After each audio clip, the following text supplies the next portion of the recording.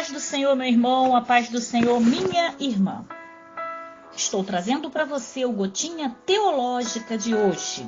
E nós vamos começar uma nova gotinha com o livro de Mateus, o primeiro livro do Novo Testamento. A ênfase de Mateus: Jesus é o Messias prometido. Ou seja, o propósito que Mateus escreveu, a ênfase é que Jesus é o Messias prometido. A ênfase em especial de Mateus é que Jesus é o Messias prometido pelos profetas. Ele cita o Antigo Testamento e faz mais referência a ele que qualquer outro autor do Novo Testamento. E parece que tinha em mente, de modo especial, escrever para os leitores judeus.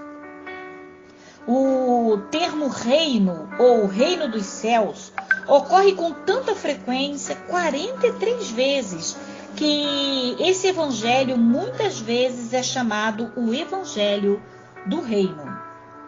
De modo geral, Mateus apresenta sua matéria em ordem cronológica, mas dentro dessa ordem, frequentemente agrupa o material de conformidade com o assunto. Mateus registra os discursos de Jesus de modo bastante extenso, especialmente o Sermão do Monte, lá no capítulo 5 de Mateus, e o discurso de Jesus a respeito do fim do mundo, nos capítulos 24 e 25.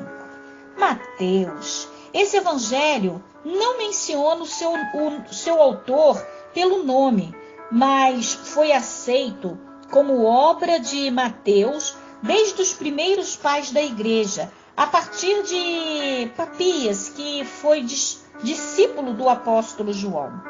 Quase nada sabemos a respeito de Mateus, também chamado de Levi. Ele é mencionado nos 4 listas dos 12 apóstolos: Mateus, Marcos, Lucas, Atos. E a outra menção a ele é o seu chamado para seguir Jesus.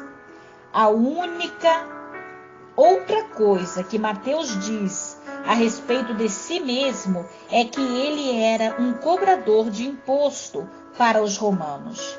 Esses cobradores de impostos forçosamente tinham bastante dinheiro, pois suas obrigações eram pagar adiantados impostos de cada ano, e então eram autorizados a recuperar o montante com juros, dos juros do povo, né?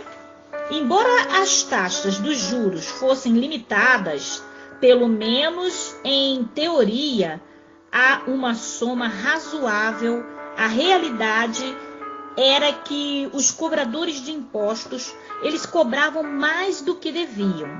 O verdadeiro problema, entretanto, era que a lei de Moisés proibia rigorosamente a cobrança de quaisquer juros que fosse entre os judeus. Por isso, os cobradores de impostos normalmente eram considerados pessoas que não se importavam com a lei de Moisés e eram desprezados de modo geral.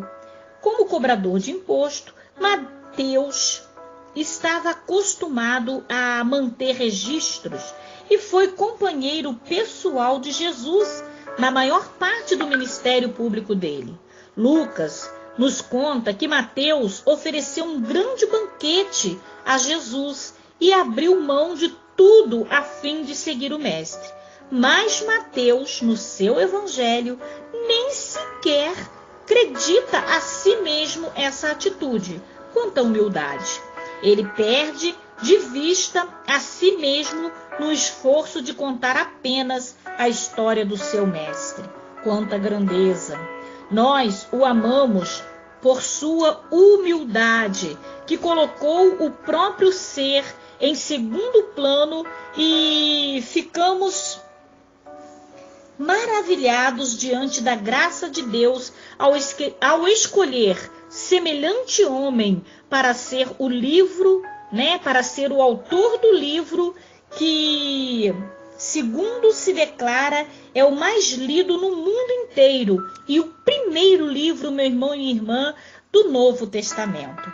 A tradição diz que Mateus pregou na Palestina por alguns anos e depois viajou para outros países.